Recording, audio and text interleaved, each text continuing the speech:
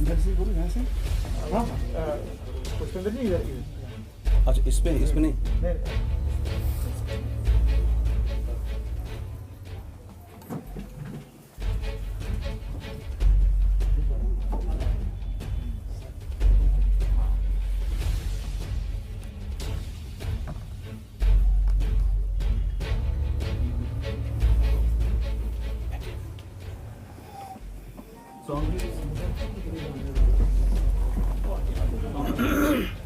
माल्यार्पण वीर सावरकर जी के पौत्र रंजीत सावरकर आज हमारे मध्य में हैं। जम्मू की धरती पे पहली बार इनका आगमन हुआ है। इनके साथ ही हमारे प्रखर वक्ता और personality of now international significance Pushpendra Kulshreshtha जी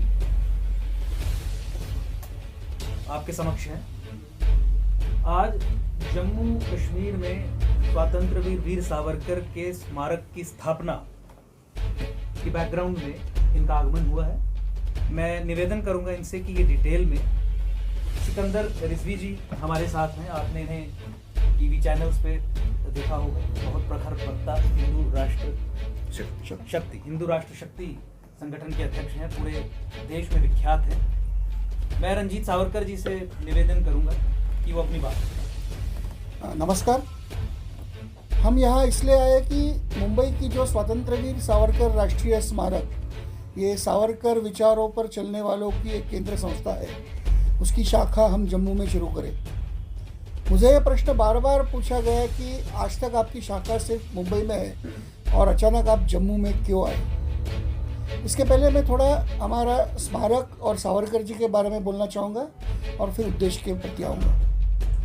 स्वतंत्र वीर सावरकर राष्ट्रीय स्मारक का एकमात्र कार्य है सावरकर विचारों का प्रसार और प्रचार, और इस कार्य का मूल उद्देश्य है कि देशभक्ति का भारत में जो आज कम हो रही है उस देशभक्ति को प्रखर स्वरूप देना। और इसका दूसरा मार्ग है कि हमारा देश, आज हमें सिखाया जाता है, पहली बात तो हम पाठशाला में सीखते हैं 15 अगस्त 1947 में हमें स्वतंत्रता मिली। ये सबसे गलत बात है। ये मिली नहीं है, बीच में मिली हुई स्वतंत्रता नहीं है। इसमें करीबन 700 सालों से करोड़ों लोगों ने अपनी जान न्यौछावर की है, हजारों वीरों ने पराक्रम किए हैं। इसके कारण हमें स्वतंत्रता उन्होंने दिलाई है, ये लड़के मिली है। मगर ये बात जब हम भूल गए तो जब मुफ्त में मिली चीज़ की कोई कीमत नहीं होती, तो मात्र 70 साल में हमारी अवस्था ऐसी आ गई है कि जैसे 1947 में थी वैसी स्थिति निकट आ रही है। और सावरकर जी ने इस बारे में, सावरकर जी आपको पता है वो अंडमान गए, उसके बाद उन्हें 14 साल तक रत्नागिरी में बंद करके रखा था। करीबन 27 साल उन्होंने ब्रिटिशों ने बंद करके रखा था। उन्हें छोड़ा गया 1937 में। 37 में जो बाहर आए तब उनके पास समय नहीं था, क्योंकि विभाजन की योजना ऑलरेडी तय हो चुकी थी, ब्रिटिशों की नीति तय हो चुकी थी। तो उन्होंने अखंड हिंदुस्तान का अभियान चलाया और उस अभियान के दौरान उन्होंने 1939 में जब वायसराय से मुलाकात की तो उन्होंने कहा कि अफगानिस्तान से आकर जम्मू कश्मीर से होकर दिल्ली तक के पूरे प्रांत में मुस्लिम बहुलता बनाकर वो उसमें पाकिस्तान स्थापन करने की योजना है। ये सावरकर ने 1939 में कहा था। तो उनके ऊपर कभी किसी ने गौर नहीं किया। 1941 में उन्होंने आसाम में ये कहा था कि आसाम में जो खाली जगह है वहाँ पे बाहर के मुस्लिम आके बस रहे, तो वहाँ हिंदुओं ने बसना चाहिए, नहीं तो आसाम का ये हिस्सा टूट जाएगा। और वही हुआ। ये सिलवट का जो ज़िला है वो आसाम से टूटकर भारत से अलग हो गया। सावरकर जी की जो बार बार उन्होंने चेतनाएं दी, चेतित किया हमें, उसके ऊपर हमने ध्यान नहीं दिया। और इसीलिए स्वतंत्रता के बाद भी हमारा अधःपतन शुरू रहा। एक स्वतंत्र राष्ट्र हम बने मगर एक मजबूत राष्ट्र हम नहीं बन पाए, और हमें पाकिस्तान जब युद्ध में तो नहीं हरा चुका मगर अंदर से दहशतवाद और इस अन्य तरीक़ों से हमें संकटों में डालता गया। तो इसीलिए मेरा आवाज़ थोड़ा गलत है इसीलिए हम ये चाहते हैं कि सावरकर के विचार जो आज भी हमें उपयुक्त है उस पर अनुकरण होना चाहिए। अब सावरकर के बारे में और एक कहता हूँ कि सावरकर के विचार उपयुक्त थे। सावरकर हिंदुत्ववाद के प्रणेता थे। उनका हिंदुत्व कुछ अलग था। उनका हिंदुत्व की व्याख्या थी, जो आदमी इस देश को पितृभूमि और पुण्यभूमि मानता है वो हिंदू। बड़ी सरल व्याख्या है, मगर सरल व्याख्या ही समझने में कठिन जाती है। पितृभूमि का अर्थ होता है ये भूमि मुझे सर्वोपरि है, ये भूमि में ही सर्वश्रेष्ठ है। और पुण्यभूमि का मतलब होता है ये भूमि मुझे सर्वोपरि है, सर्वश्रेष्ठ है। पितृभूमि का ये अर्थ होता है कि मैं इस देश का, मतलब मेरे पुरखे इस देश से है। तो जिसके पुरखे इस देश से है और जो व्यक्ति इस देश को सर्वोपरि मानता है वो हिंदू। अब इस व्याख्या में मुझे लगता है कि सिकंदर साहब आप भी हिंदू है और वो खुद को गर्व से मानते हैं। तो ऐसा कोई भी व्यक्ति अगर आपको, क्योंकि ये राष्ट्रीयत्व का सवाल है, जैसे ब्रिटेन में ब्रिटिश, जर्मनी में जर्मन, वैसे भारत पे, हिंदुस्तान में हिंदू, ये राष्ट्र है। और इसके व्यतिरिक्त अलग, क्योंकि मुस्लिम्स और क्रिश्चियंस ये खुद को हिंदू मानने को तैयार नहीं हो गए, क्योंकि उनकी सर्वोपरि भूमि भारत नहीं हो, भारत के बाहर कोई बसी है।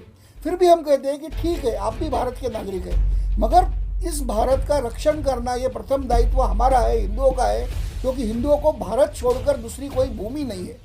और आज की परिस्थिति हम देखें 1947 के बाद, मुझे लग रहा है कि बहुत निकट हमारे पास समय नहीं है, आज 10-15 साल का समय है। पुष्पेंद्र जी तो बार बार कहते हैं कि भारत में 500 से ज़्यादा मिनी पाकिस्तान हो चुके हैं, लॉ एंड ऑर्डर का कोई सवाल नहीं है। तो जब हमने ये काफ़ी विचार किया कि पहला ये संघर्ष की भूमि कौन सी होगी, तो मुझे लगता है कि ये गजवा है हिंद का जो मामला है, ब्लीड हिंदुस्तान इनटू 1000 कट्स। तो उन्होंने तो पहले 47 में तो हम लोग पाकिस्तान खो चुके, और पाकिस्तान खोने के बाद यहाँ के हिंदुओं का धैर्य भी खो चुका, क्योंकि उन्होंने गांधी पर विश्वास रखा। उन्होंने कहा कुछ नहीं होगा, शांततामय रीति से विभाजन होगा, विभाजन के बाद भारत पाकिस्तान भाई बनेंगे। कुछ नहीं हुआ, करोड़ों हिंदू मारे गए, उनका जेनोसाइड हुआ। अब ये इनके देखो नैरेटिव जो बनते हैं, कश्मीर, जम्मू कश्मीर नहीं कहता, पाक ऑक्युपाइड कश्मीर, पाक ऑक्युपाइड जम्मू कश्मीर नहीं कहता, जबकि पीओके की ज़्यादातर भूमि जम्मू से है। तो इस नैरेटिव का अर्थ आप समझिए, इस नैरेटिव का सीधा सीधा अर्थ ये होता है कि जब हम कश्मीर बोलते हैं तो कश्मीर घाटी में मुस्लिम बहुसंख्या है, तो हमारे भारतीय भी, हम बेवकूफ़ है, हम समझते हैं कि एक मुस्लिम बहुसंख्या का भाग, जबकि पाकिस्तान में तब गया जब मुस्लिम बहुसंख्या के अन्य भाग पाकिस्तान में गए, तो इसे हम जायज़ मानते हैं। मगर तब जम्मू में जो हिंदू बहुसंख्य भाग था उसका पीओके का जो मैक्सिमम पोर्शन जम्मू का है, और वहाँ के हिंदुओं को वहाँ से भगाया गया, मारा गया। और एक मैं बताना चाहता हूँ कि वहाँ मतलब नरकंकालों से भरे हुए कुएं थे, और ये मैं नहीं कहता हूँ, ये तत्कालीन कांग्रेस के अध्यक्ष आचार्य कृपलानी अपने जीवनी में लिखते हैं। उन्होंने कहा कि वहाँ के आर्मी कमांडर ने, मतलब एक लेफ्टिनेंट जनरल थे, मुझे नाम याद नहीं है, उन्होंने कहा कि रेप तो होने ही है, आपकी औरत ही ज़्यादा सुंदर है। तो ऐसे व्यक्तियों को जवाहरलाल नेहरू ने संरक्षण दिया, उनको बाद में आके हिंदुस्तान का कमांडर इन चीफ बनाया। तो ये जो बात है ये हम भूलते हैं कि नैरेटिव की बात है। ये नैरेटिव ये है कि जम्मू की भूमि भी गई है, जम्मू में भी ज़्यादा अत्याचार हुए हैं। और आज जो आर्टिकल 370 जब निकाला गया तो उसके बाद हमें लगा कि एक ऐतिहासिक भूल हमने सुधारी है, मगर अभी पता चल रहा है कि ये भूल सुधारी नहीं है, ये भूल और 15 साल के लिए एक्सटेंड हो चुकी है। इस 370 को और 15 साल एक जीवन दान मिला है, क्योंकि डोमिसाइल का जो नियम है, जो अन्य भारत में 3 वर्ष का है, वो जम्मू कश्मीर के लिए 15 साल का है। मतलब और 15 साल ये पुराने नागरिकता के जो कुछ है, यहाँ मुझे एक सिटीजन करके जो अधिकार मिलना चाहिए, उसके लिए हमें 15 साल राह देखनी पड़ेगी। तो जब हम एक संविधान एक देश जब की बात करते हैं, तो फिर वापस ये 370 को हटाने के बाद ये डीलिमिटेशन का इशू क्यों है? क्योंकि ये डीलिमिटेशन ये डोमिसाइल का इशू।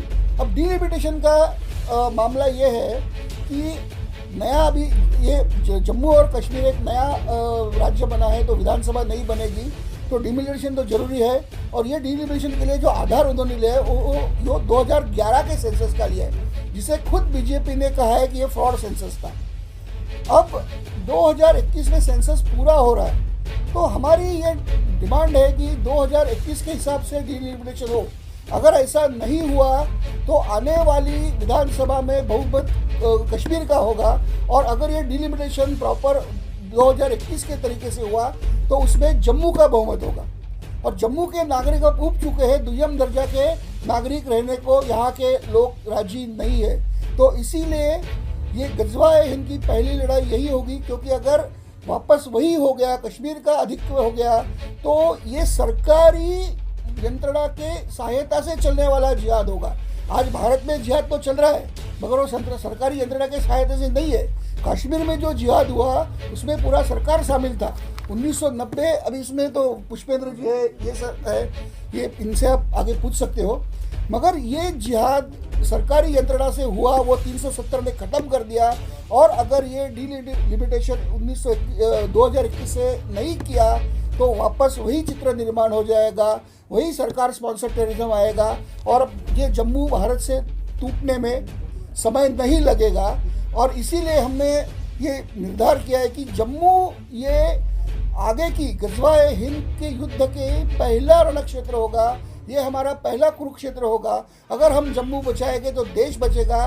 मैं आपके माध्यम से पूरे देश को अपील करता हूँ कि इस समय संपूर्ण राष्ट्र ने जम्मू के पीछे खड़ा रहना चाहिए। ये डिलिमिटेशन का मामला और डोमिसाइल का मामला बड़ा गंभीर है, इसके ऊपर हमें सरकार पर दबाव लाना चाहिए, क्योंकि हमारी विरोधी ताकतें सरकार पर काफ़ी दबाव लाती है, तो हमने भी उसे काउंटर करना चाहिए।